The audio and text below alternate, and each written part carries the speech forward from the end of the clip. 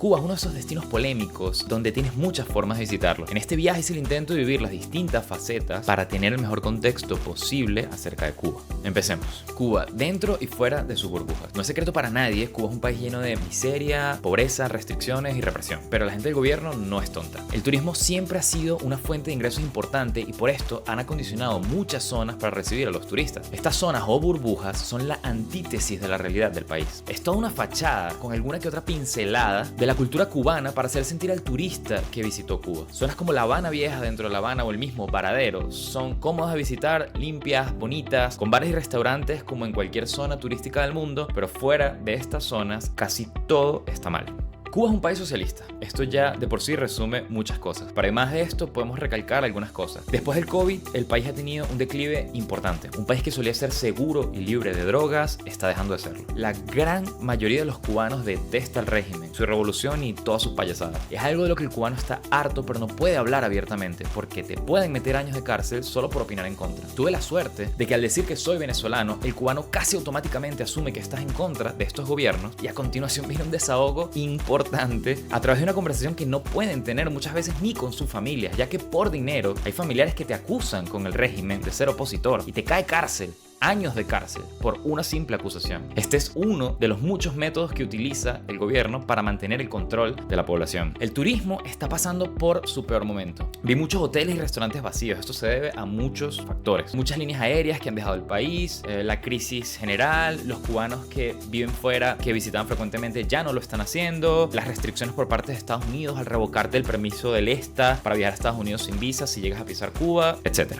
El servicio eléctrico va de mal en peor. Es común ver a los cubanos exhaustos por no haber dormido bien la noche anterior, por no haber podido utilizar un ventilador. Estamos hablando de Cuba, es un país sumamente caluroso. Y ni hablar de las calles que están llenas de basuras, de heces. El país no tiene medicamentos. La mente de los cubanos está enfocada en conseguir su próxima comida. Necesitaría media hora para explicar con más detalle la situación actual de Cuba. Quizás lo deje para un próximo video. Sigamos, vamos a hablar de algo positivo. Sus playas.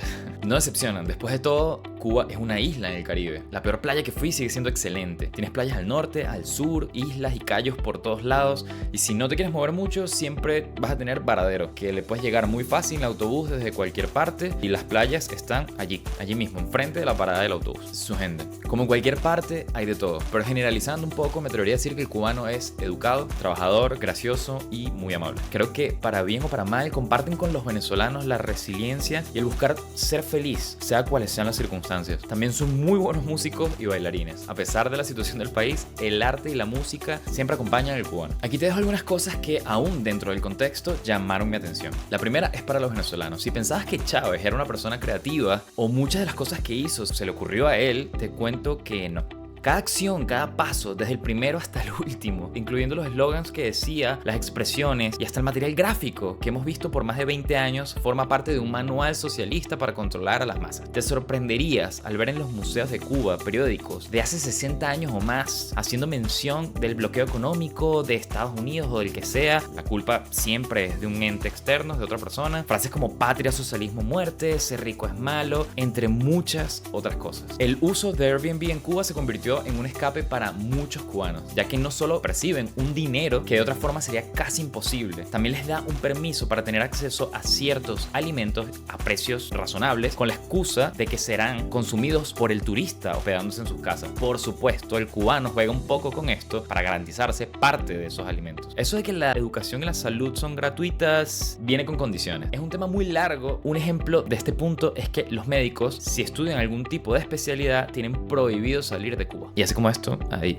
muchas más condiciones. En La Habana, fuera de las burbujas, el turismo es horroroso. Acercamientos incómodos y molestos por parte de la gente para sacarte dinero o cualquier tipo de recurso, ropa, qué sé yo. Intentos de estafa sin parar. Muy mal olor por las calles, montaña de basura por todos lados, calles y casas en condiciones de guerra y una gran cantidad de gente viviendo en espacios muy, muy pequeños. La verdad es que de La Habana tengo muy pocas cosas positivas que decir, lamentablemente, y eso que me considero una persona muy poco exigente. La mayoría de mi tiempo en La Habana fue un agobio agobio, y cuando salí de La Habana y llegué a Trinidad, que fue mi siguiente destino, fue un alivio increíble. A partir de allí el viaje mejoró exponencialmente en todos los sentidos. Un cartón de huevos cuesta el sueldo de un médico. Las frutas saben a gloria, saben increíble. En Varadero, aún siendo una burbuja para turistas, tuve que ir a 5 cafeterías antes de conseguir una que tuviera café. Y en Cuba se produce café. Hay 2 varaderos, como dicen los cubanos: Varadero después del puente y Varadero antes del puente. Todo es muy bonito después del puente: electricidad, agua y limpieza, pero apenas a unos metros antes del puente es miseria. Hay unos muy pocos cubanos que se sacaron la lotería, viven después del puente y trabajan como host de Airbnb, percibiendo moneda extranjera y viviendo en muy buenas condiciones. Siendo Cuba un país sumamente caluroso, el aire acondicionado está fuera del alcance de los cubanos. La factura de electricidad por utilizar el aire acondicionado solamente por las noches en un mes es el equivalente a un mes de sueldo de un profesional. Esto deja el aire acondicionado para una pequeñísima parte de la población y para los turistas. Bueno, este viaje a Cuba puedo pasar horas hablando, pero bueno, para mantener los videos cortos vamos a cerrarlo con, bueno, una conclusión personal. Este fue para mí un viaje definitivamente muy interesante, más de aprendizaje que otra cosa. Ojalá todo el mundo pudiera hacer este viaje. Siento que muchas personas pensarían muy distinto si vivieran de primera mano esta situación o estos modelos políticos y no tomando con pinzas lo que les conviene. Y me pregunto también, sabiendo que esta forma de gobierno se ha aplicado en el pasado y está bastante estudiada, ¿no sería distinta la situación en Venezuela si desde pequeños nos hubiesen enseñado más sobre economía, política, cómo funciona el socialismo, sus consecuencias y cómo manipulan las emociones de la gente para llegar al poder y luego perpetuarse en él? ¿Será que era más importante la clase de religión